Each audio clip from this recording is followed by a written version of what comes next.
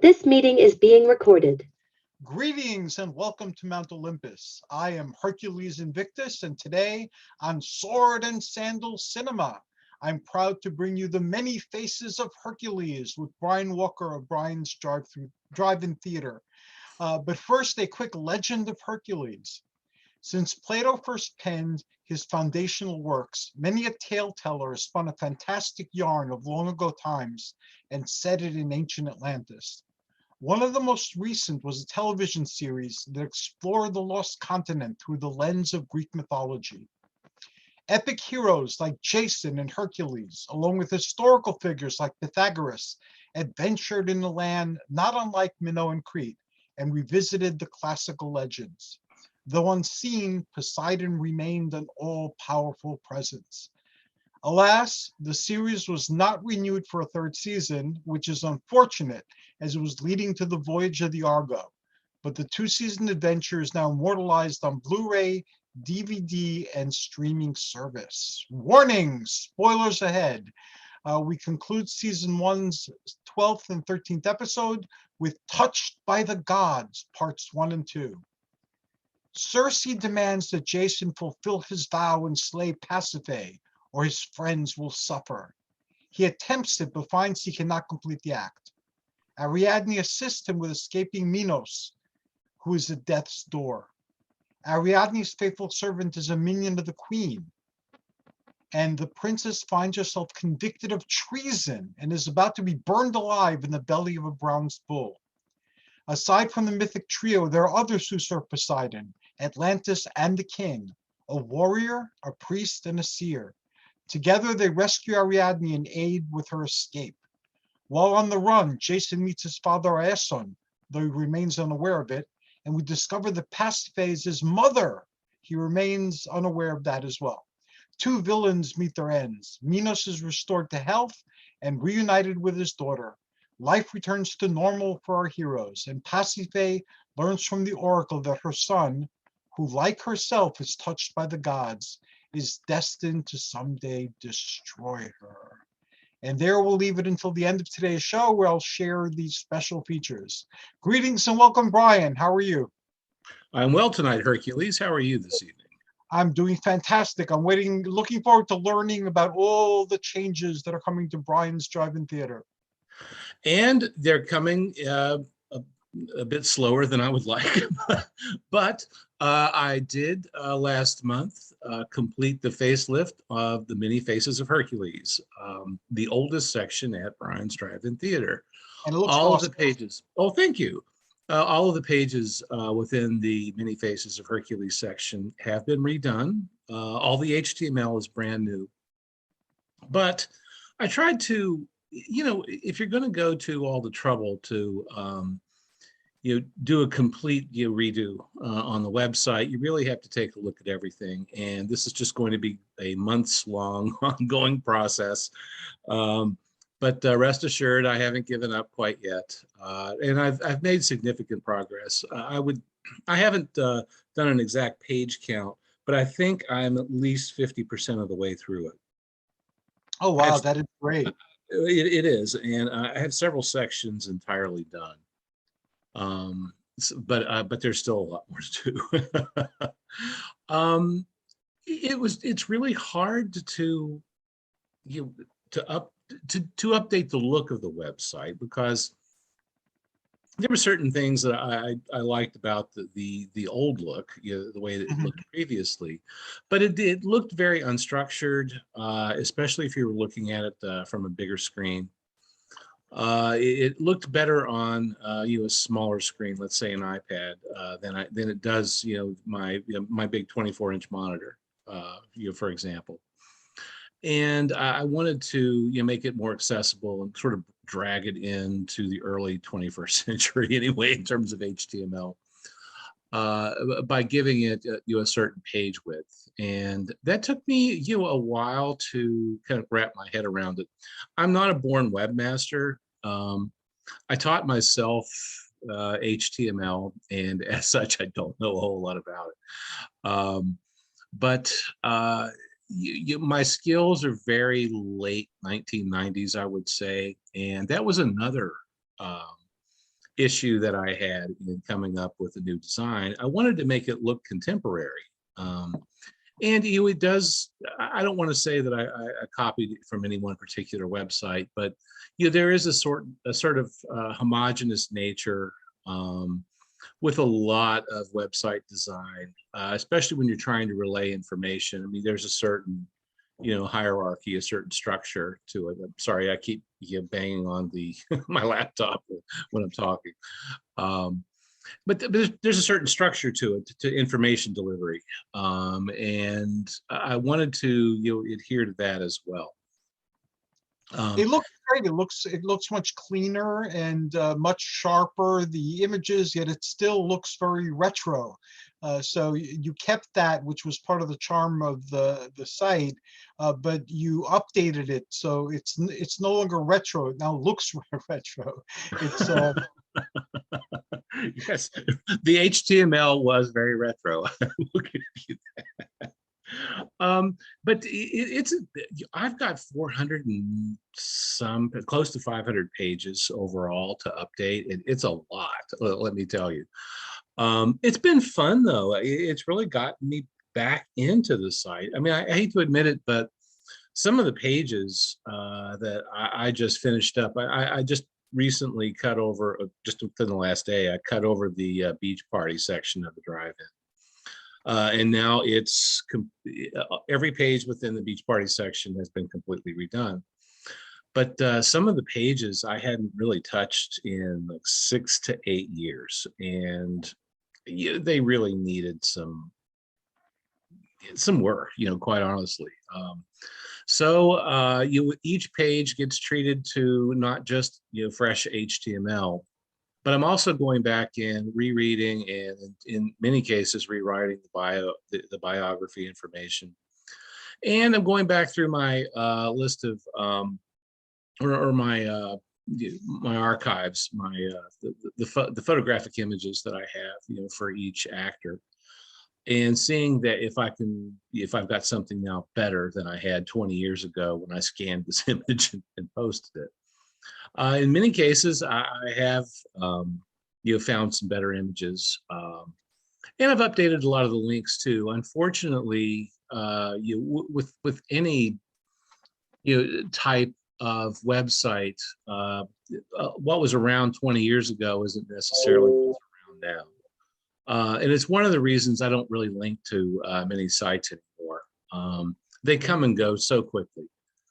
And most, I've really cleaned up a lot of the links too. And what I found with a lot of the links is, even for the sites that are still around, some of them haven't been updated. And there's one site that I used to really like back in the day, and I don't think it's been touched in 15 years. It looks great too. I mean, the design, whoever did the design I'm going to say which site it is, but whoever did the design did a great job. I think it looks fantastic, but there's absolutely no new content at all. And what a shame. This stuff's informational. It should be updated with the latest, and more photos, the better. And every day, there are more and more images out there that you can find, to scan in and use, as long as they're copyright free. And it's just a shame to let those sites go. And I just don't want anybody to say that about my site, that Brian's gotten lazy, he's not updating it anymore. That is not the case. I am in, except for last week when I was on vacation, I am in this site. Well, even when I was on vacation, I was on the site every day. Movies every day. That's You're there all the time. So your site is still very active and always changing, because even if you did nothing else, you do that. So it's always up to date. But I really think that it needs this redesign, and I really need to go through, through the site page by page to take a look to see, could this be better? Could I find a better image here? This information doesn't sound right. Maybe I should go back into research, or maybe just rewrite, and look at the links and things. Like I said, so many of the sites that I've linked to in the past, they're either gone or dormant. And what a shame. I used to call those the ruins of sites when Yahoo groups were the thing, and I was a presence on the Yahoo. I used to have links to the ruins, at the in whatever group I had, and would let people know that these started out great, but they were left there, and they haven't been updated. They've been cannibalized. And there's graffiti through inappropriate posts, but there's still something of value if you care to go there and explore. That's something that I pondered briefly once and decided not to do. I do not allow others to, I don't, it's not that, I don't think other people,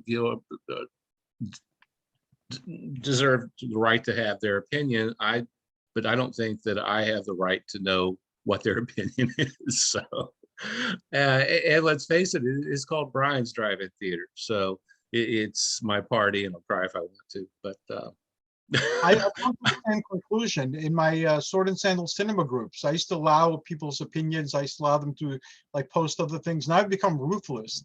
It's like if somebody posts Arnold Schwarzenegger in the Sergio Chiani, Alan Steele group, I'll remove it right away, and I'll send them a note saying this is not Alan Steele. Or if somebody posts something that has nothing to do with Sword and Sandal cinema, even remotely, they're trying to promote something else, I'll remove them and ban them from the group, and ban all their future incarnations from returning to the group. And I've learned that the group runs smoother, and people seem happier when, again, you weed it occasionally. Now I weed it every day. Yeah, and that's another reason why I never allowed any discussion groups on my website. I just don't have the time to police it. There's no way. And I know that I would either get so militant about it that I would always be in it and not working on the website, or I would just quietly walk away from it or take it down entirely. So yeah, I never went the comment section route. No. you have the right to your opinion, and this is mine. So yeah, I've gotten the same way, and again, things work out much better when But even at that, this is. It doesn't happen to me very often, quite honestly, but I've gotten flamed on Facebook by people who saw something on my website that, for whatever reason, outraged them. I really okay. I've never felt that strongly, about anything that I saw on the web. But you just kind of have to let those go. In my professional life, I sometimes have to deal with certain uncomfortable situations, and I've got a pretty good poker face. You're trying to win the war, not the battle. Right. So you just more or less let things go for the most part. Just don't interact. Don't react. Just okay, bye. Yeah, I've had situations, because I'm pretty public. I've had situations in the past couple of years where somebody was telling people that I'm not a real individual, and I'm an elected official. So I guess I was that big real in my society. I sit on committees. I do all that type of stuff. But he was telling people that I'm not a real person, and okay. Well, are you an avatar? Are you a hologram? Well, I think of like Max Headroom, Okay. I loved back in the day. I loved Max Headroom. I watched it religiously. Loved it. I haven't gone back and watched that stuff. That's sort of my youth. That was the 80s. I would have been in my early 20s, when that was out. Me too. Mm-hmm. Gosh, I hadn't thought about Max Headroom in a long time. You're from New Jersey. I loved Commander USA. I don't know if you remember that or not, but vaguely I remember. It was on the USA Network, and it was shot, somewhere in New Jersey, and the guy who, I can't think of his name right offhand, he passed away a few years ago. But the guy who portrayed Captain or Commander USA, that is, was this cigar chomping, like 43-year-old. He'd been a cab driver. Honestly, he had been a cab driver at one point. I think he'd spent most of his time as a DJ, but he'd been a cabbie in New York City for a while.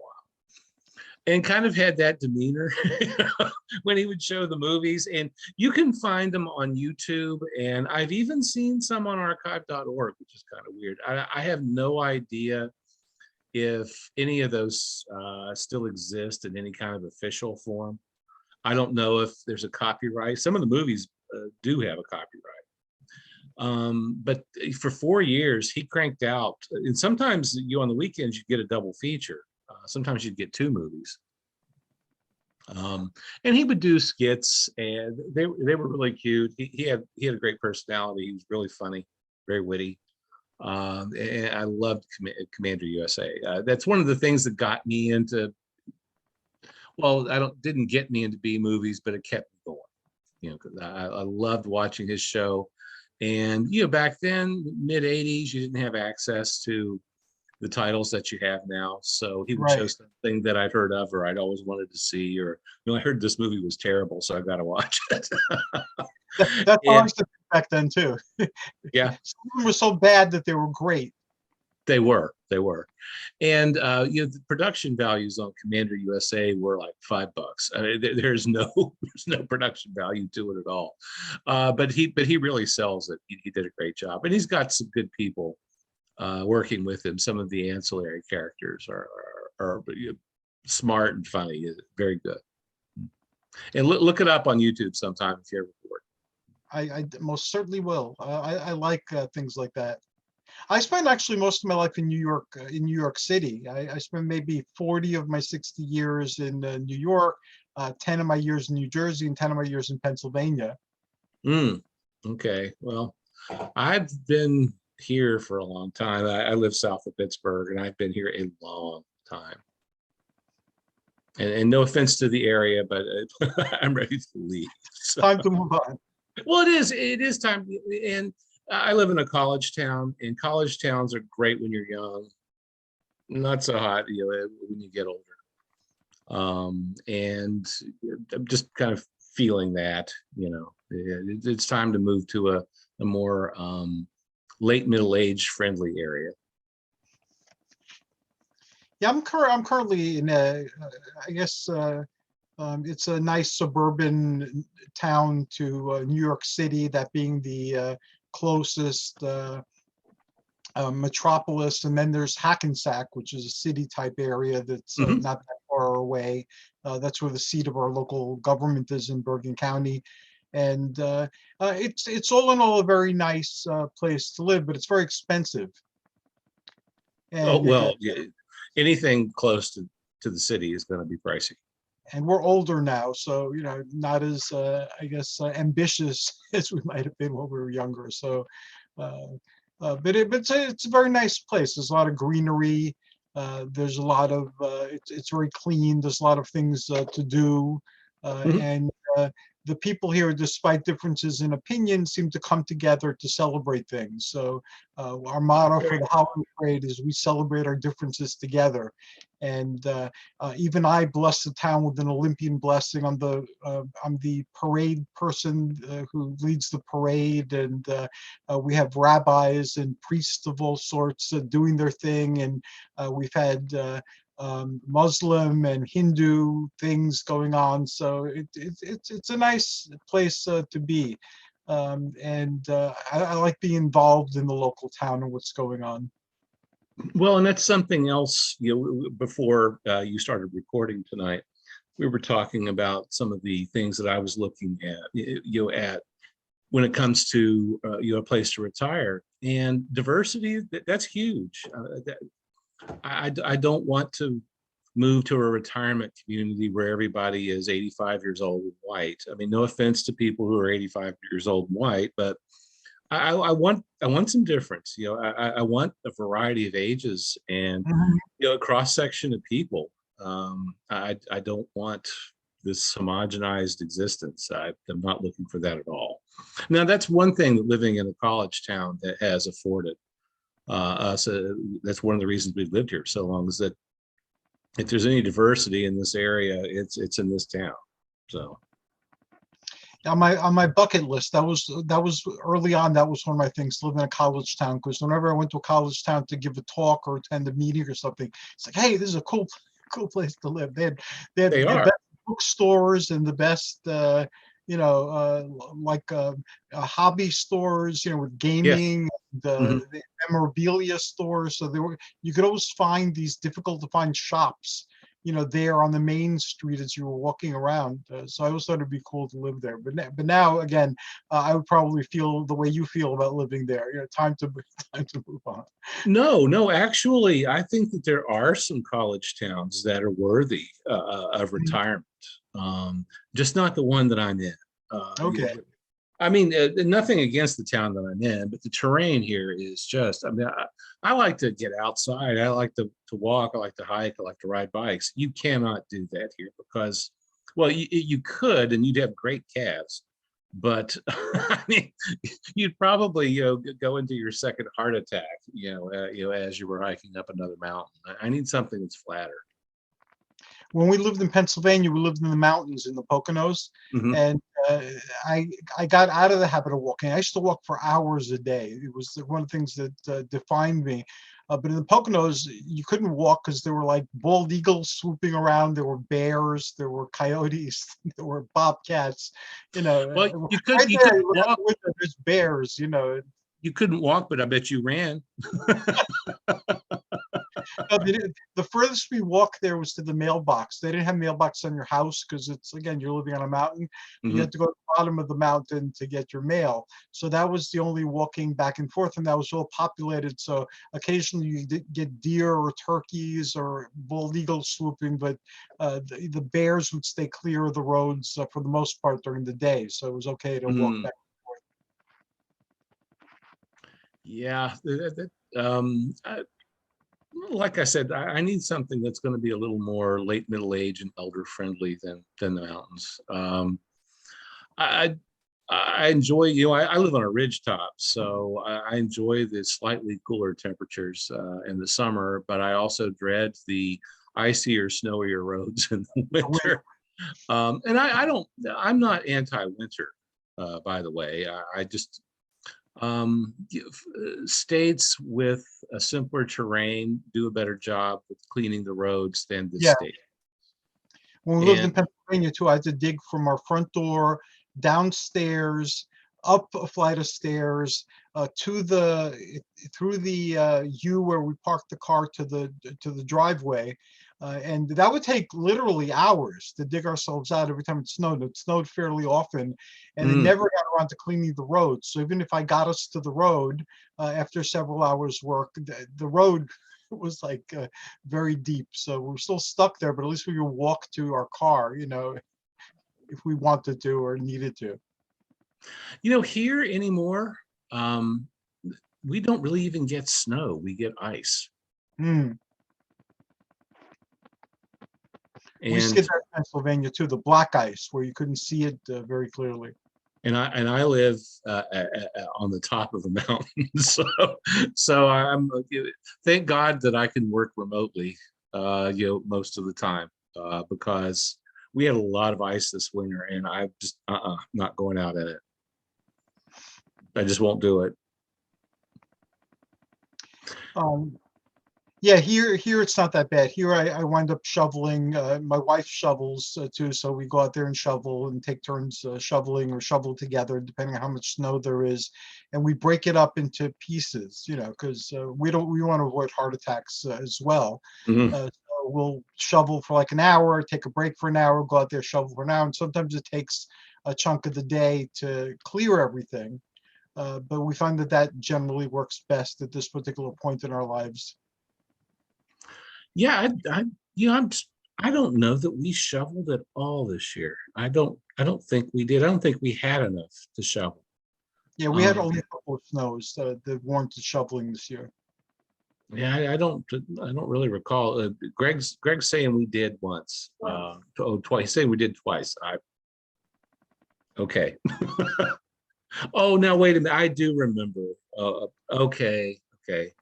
I think it was in January we had, and in February we had yeah, enough of a snowstorm. We have a really long driveway too. Our house is set far back from the street.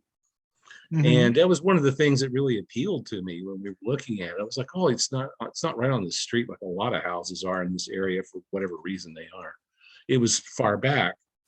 And that driveway, oh my God. I mean, I can shovel it, but it's long and it's wide too. It's at the top, it's about 3 cars wide. And it tapers, as it goes down to the road. So it's not just long, there's a lot of width that you gotta handle as well. I think of doing my driveway and our sidewalk as the modern day labor of Hercules when I'm doing it. Taxing my strength to its fullest, trying to accomplish it in a short period of time. I've been trying to work on I haven't been able to work on my website for years because they changed the program and I haven't had time to learn it. So it's still there because there's hundreds of pages there, what you can still get to, but I want to remove the content eventually and move it somewhere else where I can work with the program. But I've been working on Facebook, the Sword and Sandal Cinema groups. I have the main Sword and Sandal Cinema group that has around 2,500 to 3,000 people in it. And that's kind of like the central hub. And then I look at the groups that come from that, like spokes from a wheel, because the central group reports like everything that's going on, but doesn't get into any of the details. And then the ones that were favorites, I had to break them into categories, are like Dwayne "The Rock" Johnson, Steve Reeves, Arnold Schwarzenegger by far. All the other groups have 1,000 or 2,000 in them. Arnold Schwarzenegger has 19,000 people in it. Then Alan Steele, Sergio Chiani, which is still my favorite group to work on. And then the Sons of Hercules, I guess, which would be my second favorite thing to work on. So those are all there, and I've done a lot of new things. Like I put movies in there, especially the Sword and Sandal movies that they've done. I do special focuses that I change, like maybe once every a week or two. I'll put polls in there, and each group is now becoming slightly different in what I do in there. So it's not just the same thing with a different focus. So I treat each group differently.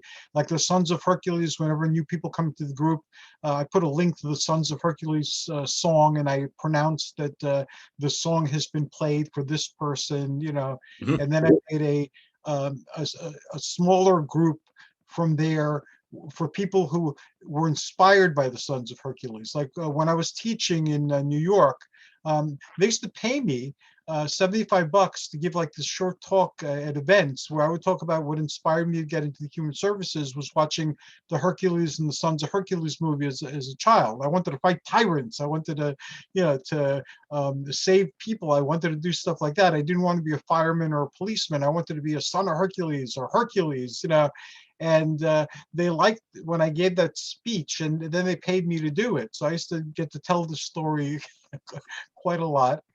And it's true. So I found that when I was doing my Age of Heroes things in the city, one of the selling points was the Sons of Hercules, because people had seen that when they were kids. So they wanted to do it too. So I get all these people in the human services who were burnt out and kind of disenchanted because they got into the human services to help people.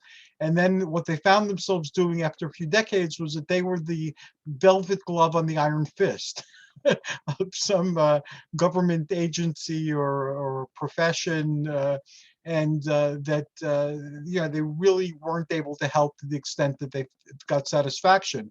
So being a son of Hercules or part of Jason the Argonaut's crew gave them that excitement, and people donated their time and their like extra rooms in their agencies, and we created like a downtown computer center in Brooklyn during the time when the digital divide was at its widest. And if you couldn't afford a computer, you were screwed. And this is before Bill Gates solved the problem and gave libraries computers. But we had a computer center up and running, and then eventually they got grants for it, and they got money to keep it going. But it started off with people donating, and this included government workers and all sorts of people just going on an Argonaut expedition to navigate and bridge the digital divide. So it's a powerful thing, and I'm trying to find people like that again. So that's what these Sons of Hercules is leading to. And I started a Rotarian Argonaut group. And right now we're sailing around exploring the Rotarians and what they do globally, and eventually there'll be an adventure there as well. So that's I've started to introduce that a little bit into the Sword and Sandal cinema. And then what I did for lesser groups, like groups under 100, and some are like 100, and some are like 2 or 3 people are fans of one person. Those I put in 2 categories. One is shrines. That's for those who have passed on, and the others are tributes, those who are still around. And then I have plans for those who are still around, if I could locate and talk to them. But anyway, that's been keeping me busy, and I've been doing that every day. And I've been trying to keep on top of it, visiting these groups, at least the favorite ones at least once a day, and then the other ones at least once a week, to add some content, to weed them, and to move them a little bit forward, so that they fulfill my grander vision. That's a lot to keep up with. Yeah, it is. And this is just a small part of a bigger tapestry that I've been weaving for years. So eventually, hopefully it'll all connect, and I can breathe a sigh of relief that I took this thing inside my head and I made it in the outside world. Well, I sort of know exactly what you're talking about, as a matter of fact. And that's, in a nutshell, except trying to manage different communities, which I just don't want to do. I'm doing something very similar, something that was, in my head, eventually wound up on the internet. And I think that's another reason why it's really important for me to completely go through the website and give it the update that it needs. You need to have some self-respect. You need to put your best foot forward. And I find mistakes in my website all the time. Typographical errors, usually caused by some cut and paste, slapdash update. I'm trying to smooth all of that out. So I hope that anybody who's been coming by the drive-in for a number of years will notice that textually it's not as choppy as it used to be. And I've also found additional information as well. One of my favorite things in doing this update has been going through archive.org, which is my source for public domain films, and finding movie trailers. There is a wealth of movie trailers on archive.org. And most often, movie trailers are public domain. They typically didn't have a copyright once upon a time. All of that has changed, since the 80s. It's very, very different now than it was back in the day. So I've been posting a lot of the trailers from movies on the Steve Reeves page, for example. I posted 2 trailers from his films. I'm just scrolling down. I posted the trailer for the Giant Marathon, which is a great movie, and the musical that he was in several years before the Giant Marathon, which is called Athena, with Debbie Reynolds and Jane Powell. Jane Powell just passed away, within the last year or so. Debbie Reynolds just a few years ago. And I've also got a television appearance of his. It was actually a pilot for Kimbar of the Jungle, which was shot in 1949. It's just a few minutes long, maybe about enough for about 15 minutes or so of programming.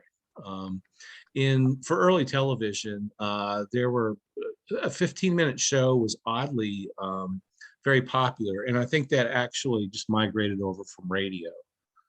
I think I think the entire movie is up. I believe I found it on YouTube or Vimeo or someplace recently, and I put it in my Steve Reeves group. I never thought I found it, but it was the entire thing. I believe that was found. Oh, okay, because the clip I have is only about 11 minutes. It might be that long. I will, after we finish tonight, I will copy it and send it to you. Oh, okay, okay. See, I was thinking that I may have read this somewhere, I don't know, but I was thinking that this was a pilot for proposed 15-minute series. And like I said, that was a fairly common length for a television series back then. Even when I was a little kid, I can remember 15-minute news programs, which now they're hours long. But back then it was just 15 minutes. To Let's our not be, detriment, I believe. pardon me. To our detriment. Oh, I guarantee you it's to our detriment. I am not a fan of watching the news, and as such, I rarely do it. I read my news. Also on the Steve Reeves page, right now I have Hercules Unchained, which was also the movie of the day not long ago, and I'll be rotating the content around it as it becomes available. But for any actor who has for whom I can find movie trailers, television appearances, and films, I will include that. I do include that on every page. Steve Reeves, just so happens his stuff's easy to find, Yes. even in archive.org. I mean, there's so much of it. He has such, he passed away 22 years ago, and he still has incredible name recognition. Well, actually, talking about Steve Reeves, I was in charge. I was in conversations with George Helmer and Dave Dowling recently. So we'll be doing another Steve Reeves special. Of course, you're invited to that. Okay. So that'll be within the next few weeks. And it turns out that George is an aficionado of the strange and unusual, which is a big chunk of what I do. So we'll be doing a few shows on paranormal phenomena and UFOs and things like that, which is really cool. Oh, very, very interesting. Well, anyway, that's another thing that I wanted to do was to give the I don't want to call it a passer, but I don't want to call people passersby. Give the person who comes into the drive-in some options, some things to watch, not just a static photo. So I'm still pretty static photo driven. I love pictures. I can work on them in Photoshop, tweak them, get them right to the right size. I like to fiddle with things like that in Photoshop. I have not experimented much with Adobe Elements, which is the video editor, but that's after I get through the update for the website. Perhaps I can move on to learning something new. But it's been a lot of fun, going back through each page, and with some of them, I even impressed myself a little bit. Just going back through the Steve Reeves page, I'm like, damn, there's a lot of pictures here. It's a really nice compendium. Now, I wish that some of them were larger and of a better quality, and where I can improve that, I have. But they're all worth clicking on. I mean, none of them are completely throwaway or anything like that. And it's just a really nice collection of photos from these movies. And it's hard to tell how many. There must be like 60, 70 pictures, just on this page alone. And I wish I could find that many for all the other actors, but he was photographed so much. It was so easy, and for so long for so long in his life, I mean, more than 20 years, he was photographed practically constantly. Well before his movie career, there's a ton of pictures. So I also have the gallery as well. I undid some of the galleries in the website. If I thought that I had enough room to bring the gallery over into the main page, I did it. And there's just a few separate gallery pages left now, but I did leave the one for Steve Reeves because I had so many pictures, and I thought, well, I can't cram all this onto one page because it's never going to load, I did leave it at two, but for most of the pages, I have been able to incorporate those gallery pages just into the main page and not to have to send somebody, off looking for more photos. Just by clicking a link, but still. Sounds awesome. I'm really impressed with. I was impressed with the site to begin with, and I remember when I first discovered it over 20 years ago. Actually, your site was in. I was visiting it very much around the time that September 11th happened, and I was launching the Age of Heroes. Because I remember the same office where I would copy the pages. This way, I had a notebook of your site. In case it went down, because as you pointed out, these sites often disappear. They go away. Yes. That's the same office where I came in, and my supervisor was looking at the window and asked him what he was looking at. He said, "I think the World Trade Center is on fire," and that was on September 11th. So you were indirectly very much a part of that adventure as well. Well, that was that era, that anywhere from like 99 to 2003 or so, I was cranking out content for the site too. I was putting out, probably a page or two a week there for a while. And so that is sort of my era. You're right. And I was copying it and keeping it in a loose leaf. Well, and I certainly understand why, because so many of these websites come and go. I've had a few favorites over the years that just vanished. I didn't know at the time. I didn't know who the webmaster was, who was responsible for the content, and all that information goes. It's not institutional knowledge, but it's damn close. And it's a shame when that happens. And my vow is to keep this website up for at least as long as I survive. After that, I won't care, but maybe I'll leave something in my will and force somebody to keep the Brian Walker Foundation. There you put go. a Patreon thing. People would pay to keep that going. Or maybe I could donate it. There you go, to archive.org. Well, who knows? My partner and I have another side interest. We have a collection in vintage toys from the 50s, 60s. And we've been thinking about, gosh, who's going to wind up with all this crap? Are we just going to have like one bizarre tag sale, after we die, or are we going to donate it to a museum or something? I'd really prefer donating, and I'd like to. I'd hate to piece it out, like that. We've had a good time collecting all that stuff. I can still remember, where we were when we've picked up some of those pieces, because they'll be in oddball places.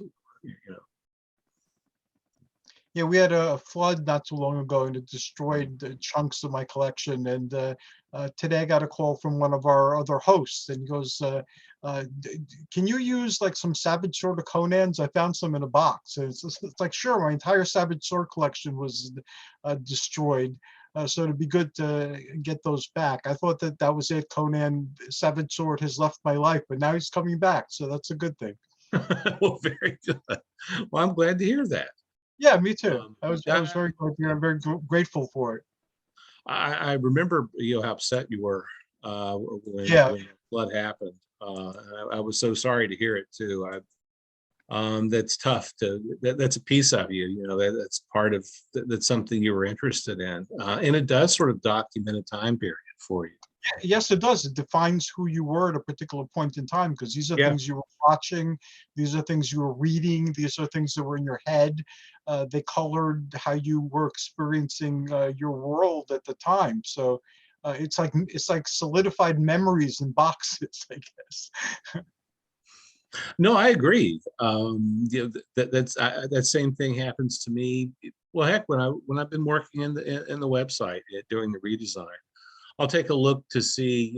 I did fortunately record the date at which I originally posted each page, and I'm just some of them are almost 25 years old. Like, damn, yeah, that was a long time ago. But going back through it, I can think, oh gosh, this is, this picture has been here forever. I can remember when I uploaded it. I can remember trying to find information, and it does. It is sort of a window to the past, kind of a snapshot in time, and it is fun. Yeah, it is. And again, it helps your journey here. I mean, ultimately and eventually you can't take anything with you, but you can enjoy it while you're here, even if you can't take it with you. No, you can't, as a matter of fact. But while I'm here, I like what I like. I like my movie memorabilia. And the drive-in's not merely virtual. I mean, I've got a ton of lobby cards, window cards, one sheets, half sheets. I mean, you name it.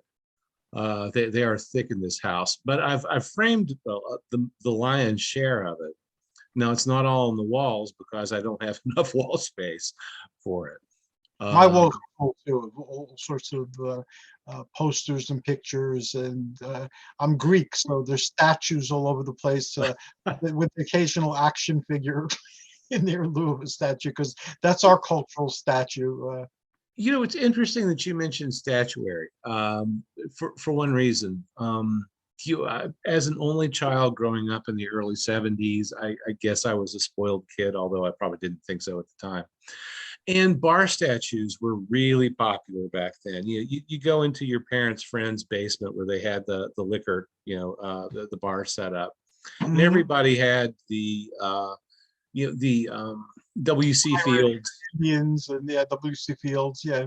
Well, my parents bought me a bunch of those. Oh, awesome. So, and believe it or not, I didn't break them. That's but so I've got Laurel and Hardy. They're two separate ones. This stuff's still down at my mom's house. But I've got W.C. Fields because I was a huge Fields fan. Still am.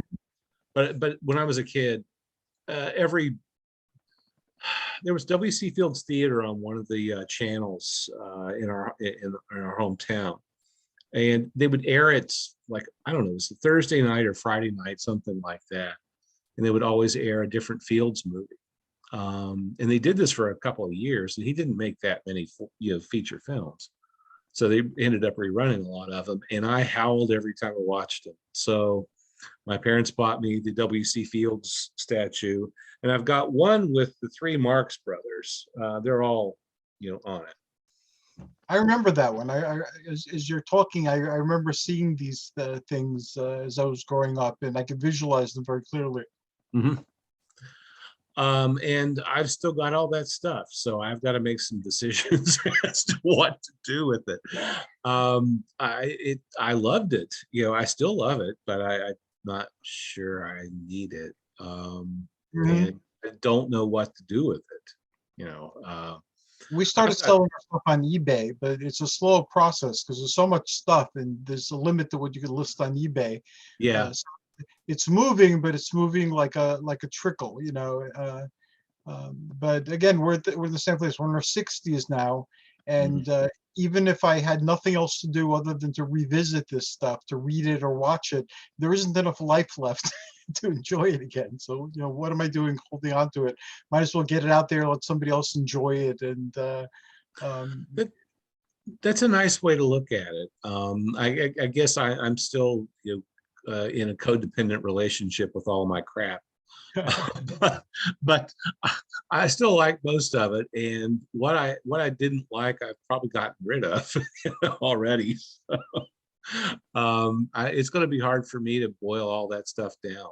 I mean, and I run into that working on the website as well. I'll see, I'll think, gosh, I've got all these cool pictures. I can't really put them all up. Like for somebody like Steve Reeves, when I probably do have 1,000 pictures of it, in my archive. I have a lot, hundreds. Which ones do you use? Do you go by quality? Well, I mean, that's photographic quality helps, if the image looks good. What if it's a rare image that you just can't find anywhere else? Well, right. probably keep that one. That's a criterion, to consider. So, certainly. And it's hard to weed through, all of that stuff, because you want to put as much out there as you can, but in reality you can't. I think I've seen this since I've known you, that you could take the Many Faces of Hercules and put it out as a book, because you have all the information there that you've written it already. It's well written. You write very well, and you have the images already, and you've checked to make sure they're copyright free, so that whatever clearance process there is to make sure the picture, okay, you've undergone it already. So I think you make an awesome, thick book. This way you could immortalize the Many Faces of Hercules, and if you find success with that, you can do it with all the other sections in your book, and you could publish volumes, while you're still on the earth, and it would survive for people to enjoy in the future. Now, I do have some publications to my name. Unfortunately, they have nothing to do with old movies. And that's, unfortunately, that's something that will likely never happen, because book production is, for what it's worth, on its way out, at least traditionally published books. And once you publish something in a book form, you can't take it back. You can put out a new edition. Put out a new edition. You can put out a new edition, which is great, especially if you're writing textbooks. And I'm teaching this coming fall, so I've got to pick some textbooks, but you can't call it back. You can't fix it. It's just whatever information, whatever photos you had at that time, that's it. Keeping it on the web is so much easier. I can go back in and insert a comma where there should have been one, or rewrite something that is not true. It's just so much easier to do it this way, and more fun for me, quite honestly. Book production is a hassle. I'm going through that now. I was asked to contribute a chapter to a book by a major publisher. So I've been published in like small presses in the past, mostly in the field of the paranormal. So this was a very welcome thing, and I'm working on that now. But yeah, it's a process. It's a process that takes around a year, to see the book out and so forth. So I'm learning as I'm going through it. But a lot of the stuff that I'm putting together is based on stuff that I've written before. It's just I've rewritten it, I've polished it up, I've updated it, so it's not the same information that I've had or that appeared on the web. I'm kind of rewriting it, and I've changed in my perspectives, and I see things a little bit differently, and I've connected things a little differently. So I'm looking at it like it's a snapshot of where I happen to be right now, whereas the things I wrote before were snapshots of where I was then. And eventually, if I keep writing, then I'll be in a different place, and I could revisit the stuff and update it. So I see it as an ongoing process. And in between, we have online, where it's as fluid as I want it to be. That's very true. Now, time passes whenever we speak, and it's already like 10 after or quarter after. I don't want to keep you longer than your time. Okay. We can wrap up whenever you want to. Well, we could end it abruptly now, or we could chat if you're up to chatting. I don't mind chatting. Well, let's chat for a few minutes then. Okay, and then when we turn it off, we could chat some more. Okay, well, I got nowhere to be. I have to go to a retreat tomorrow for work, and it's my first day back at work in almost 2 weeks, because I went to the beach last week, and admittedly, I think I'm still there at the beach. I have my workout tonight, and to prepare my stuff for tomorrow for the different gigs that I have, and then to update a couple of things on Facebook, and so that's all I have to do. But I do that every night. So. And I got to get back with it. I got one whole section, like as I mentioned, cut over just yesterday. I finished that up, but I've got to get back to it and get more of this done. Now, how can people find Brian's Drive-In Theater? And you mentioned your Facebook, but you have a lot of things going on Facebook too. So your Facebook page is not just the Facebook page; it's part of the whole Brian's Drive-In Theater experience. Actually, that's true. I post nothing personal on social media. The only thing that I post on social media is related to Brian's Drive-In Theater. And it's easy to find. Go into your favorite search engine and type Brian's Drive-In Theater. That's Brian with an I, not a Y. It's correctly spelled with an I. Well, it is.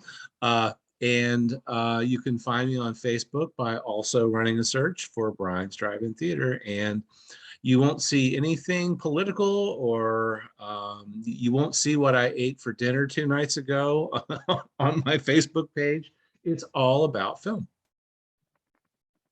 And it's awesome, and it brings people to the movie of the day. You change your backgrounds very often, and it's kind of like the social area as part of the website. It's really awesome. I try to also repost not articles, what do you call it, in my Facebook feed.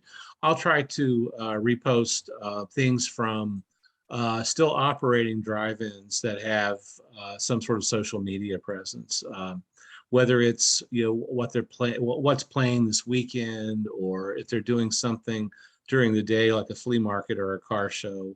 I try to repost things like that because in some parts of the country, drive-ins aren't necessarily dead. You mentioned living in Pennsylvania for 10 years. Pennsylvania has by far the lion's share of still operating drive-in theaters in the U.S. Interesting. We had some near where we live. We had a few actually, and they had flea markets there during the day. And then at night they would show movies, or they had events during the day, and they would show movies. So it was very in place to be, and it was very active. And the ones in my area, and since I'm a stone's throw from Pennsylvania, we have a lot of drive-ins in this general area, and I definitely try to repost those. The Brownsville drive-in right now is the closest one. We had Skyview, but the owners of Skyview, who were about my age, both passed away last fall from COVID. And within days of each other too. I mean, I can't imagine what their kids went through. I mean, they had several children. I think they were all adults, but and the kids were going to try to get the drive-in open, but I don't think it's reopened yet. And it had some deferred maintenance issues. I was there last summer for a car show, and I was like, oh boy, they need to need to do some masonry work here and there, at the drive-in. But I hope their kids are able to get it back together and open it up. Skyview is the closest one to where I live right now. Brownsville's a little farther away. My cousin and I, Ron Carson's my cousin, he and I were reminiscing about in Greece. The drive-ins there was a projector would come to town, and they would hang a sheet on the side of a building and just show the movie in the middle of town, and they'd pass around cups, and you gave what you felt like giving. And sometimes if the weather was not that great, they'd rent a barn or some other building, and they'd have folding chairs, and they'd hang it up on a wall. And that was the drive-in theater experience in Greece. They also had strongmen who were called machistes, by the way, machistes, that traveled from town to town doing feats of strength. So that's where the name machiste comes from, and so we grew up with that as well.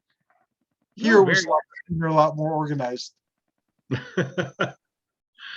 Well, like I said, I'd like to, for anybody who's interested in experiencing a drive-in, I do try to push that information out through my Facebook page as well. There are still just a little shy of 300 operating drive-ins left in the U.S. Some states, unfortunately, don't have any. So if you're traveling this summer. And from what I've seen on the interstates lately, I think everybody is. If you're going to a different part of the country, go into driveintheaters.com and see if there are any still operating in the area where you're taking a vacation. And if so, pack up the kids and head over to the drive-in. A lot of these places really depend on the sale of concessions, and some of them have very good concessions. It's freshly prepared stuff made right there, in the concession stand. So by all means, help those people out. You buy some popcorn or something. Buy some Good and Plenty. So it's one of my favorites. I love those things. Before my old account got hacked, now I finally have it back. I was posting every time you were on a list of film archives and also a list of drive-in theaters. Right. I'm going to start doing that again. That's on my list of things to integrate. But right now, I have so many things to catch up on before I get that on my mental list of things to do every time you're on. But it's coming. I haven't forgotten it, and I will be bringing it back. Well, thank you. I would appreciate that. Thank you so much for a wonderful show. Always informative, always lots of fun, and always time zooms by. I look forward to our conversation after we get off in a minute, and I look forward to our next online conversation as well. Thanks to everybody who's watching this on YouTube. I will try to have it up by midnight tonight, and this way it'll be viewable after then. If not, it'll take a day or two to show up. Thanks again, Brian. Say hi to Greg. Welcome back, and good luck with all the great things you're doing. Well, thank you so much, Hercules. I appreciate it.